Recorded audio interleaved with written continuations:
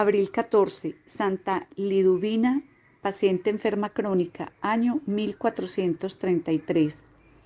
Esta santa es la patrona de los enfermos crónicos que quieren aprovechar su larga enfermedad para pagar sus pecados, convertir pecadores y conseguir un gran premio en el cielo. El decreto de Roma, al declararla santa, dice que ella fue un prodigio de sufrimiento humano y de paciencia heroica. Liduvina nació en Schiedam, Holanda, en 1380. Su padre era muy pobre y tenía por oficio el de celador o cuidandero de fincas. Su familia era sumamente piadosa y a la niña le encantaba recoger regalos para llevarlos a gentes muy necesitadas. El accidente fatal. Hasta los 15 años, Liduvina era una muchacha como las demás, alegre, simpática, buena y muy bonita. Pero en aquel año su vida cambió completamente. Un grupo de jóvenes de su edad la invitó a patinar sobre el hielo y en pleno descenso por la montaña, uno de sus compañeros, por alcanzar a los que iban más adelante, apresuró mucho su carrera y sin darse cuenta de que Liduvina bajaba por ese mismo camino, arremetió violentamente contra ella dejándola en el hielo, medio muerta y con la columna vertebral partida. La llevaron a casa, pero ya de este golpe nunca más se iba a reponer. Horas trágicas y amargas. La pobre muchacha empezó desde entonces un horroroso martirio. Su estado de salud empeoraba cada día. Continuos vómitos, jaquecas, fiebre intermitente y dolores por todo el cuerpo. En ninguna posición podía descansar. La altísima fiebre le producía una sed insaciable. Los médicos declararon que su enfermedad ya no tenía remedio y que los tratamientos que se le hicieran lo único que lograrían sería empobrecer más a aquella familia. Un remedio formidable.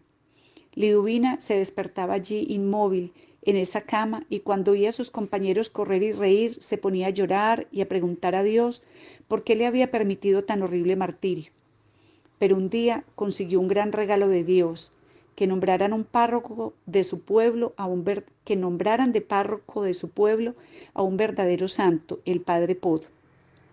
Este virtuoso sacerdote lo primero que hizo fue recomendarle que Dios al árbol que más lo quiere, más lo poda, para que produzca mayor fruto, y a los hijos que más amas, más los hace sufrir. Y luego colocó enfrente de la cama del enfermo un crucifijo, pidiéndole que de vez en cuando mirara a Jesús crucificado y se comparara con él, y pensara que si Cristo sufrió tanto, debe ser porque el sufrimiento lleva a la santidad.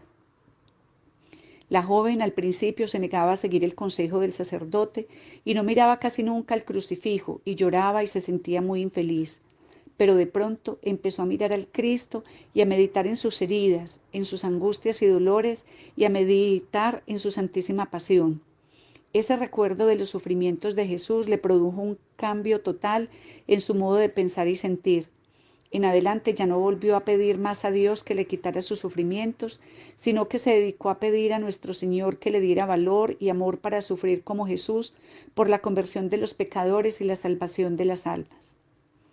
Y llegó a amar de tal manera sus sufrimientos que se repetía: si bastara rezar una pequeña oración para que se me fueran mis dolores, no la rezaría.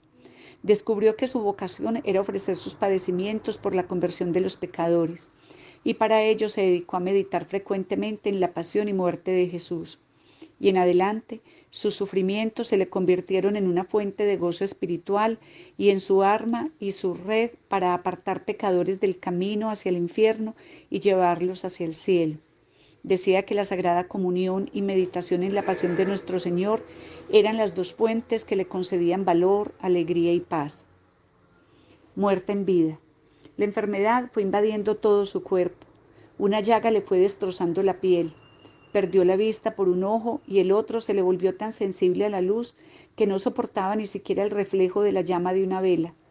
Completamente paralizada, solo podía mover un poco el brazo izquierdo. En los fríos terribles de invierno de Holanda, quedaba a veces en tal estado de enfriamiento que sus lágrimas se le congelaban en la mejilla. En el hombro izquierdo se le formó un absceso dolorosísimo y la más grande neuritis o inflamación de los nervios le producía dolores casi insoportables. Parecía que ya en vida estuviera descomponiéndose como un cadáver. pero nadie la veía triste o desanimada, sino todo lo contrario, feliz por lograr sufrir por amor a Cristo y por la conversión de los pecadores. Y cosa rara, a pesar de que su enfermedad era tan destructora, se sentía a su alrededor un aroma agradable que llenaba el alma de deseos de rezar y de meditar. Un sueño decisivo. Cuentan las antiguas crónicas que recién paralizada, una noche soñó Liduvina que nuestro Señor le proponía este negocio. Para pago de tus pecados y conversión de los pecadores, ¿qué prefieres? ¿38 años tullida en una cama o 38 años en el purgatorio? Y que ella respondió, prefiero 38 años en el purgatorio. Y sintió que moría, que iba al purgatorio y empezaba a sufrir. Y pasaron 38 horas y 380 horas y 3.800 horas y su martirio no terminaba. Al fin preguntó a un ángel que pasaba por allí, ¿por qué nuestro Señor no me habrá cumplido el trato que hicimos? Me dijo que me viniera 38 años al purgatorio y ya llevo 3.800 horas. El ángel fue y averiguó y volvió con esta respuesta, ¿que cuántas horas cree que ha estado en el purgatorio? Pues 3.800. ¿Sabe cuánto hace que usted se murió? No hace todavía 5 minutos que se murió. Su cadáver todavía está caliente y no se ha enfriado. Sus familiares todavía no saben que usted se ha muerto. No han pasado 5 minutos y ya se imagina que van 3.800. Al oír semejante respuesta, Liduvina se asustó y gritó, Dios mío, prefiero entonces estarme 38 años tullida en la tierra. Y despertó. Y en verdad estuvo 38 años paralizada y a quienes la compadecían les respondía, tenga cuidado porque la justicia divina en la otra vida es muy severa. No ofendan a Dios porque el castigo que espera a los pecadores en la eternidad es algo terrible que no podemos imaginar.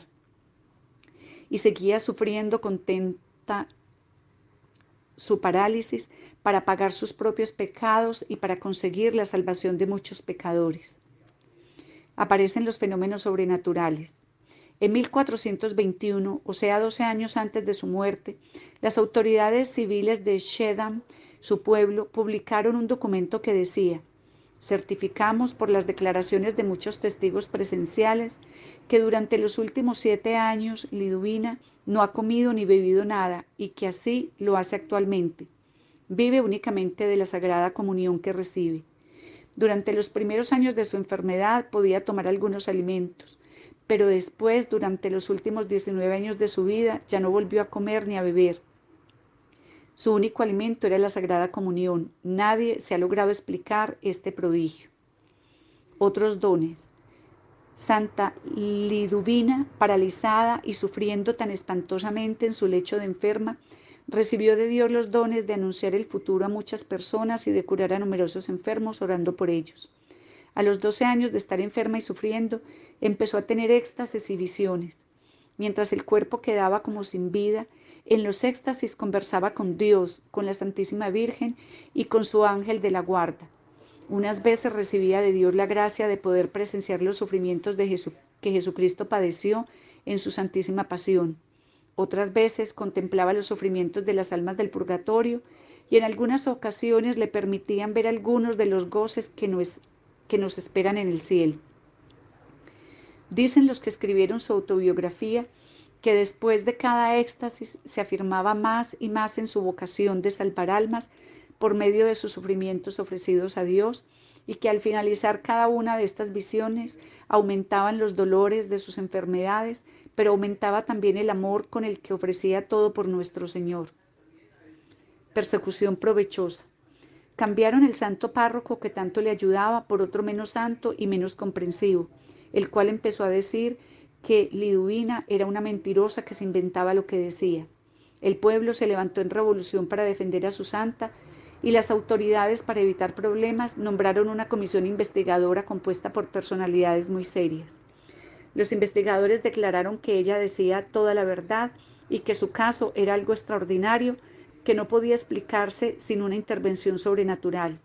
Y así la fama de la santa creció y se propagó. Terrible agonía.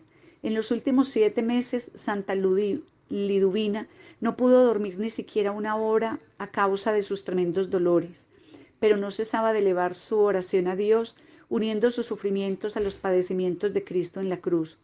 El 14 de abril de 1433, día de Pascua de Resurrección, poco antes de las 3 de la tarde, pasó santamente a la eternidad. Pocos días antes contempló en una visión que en la eternidad le estaban tejiendo una hermosa corona de premios, pero que faltaba todavía un pedacito para terminarla. En esos días llegaron unos soldados que la insultaron y la maltrataron.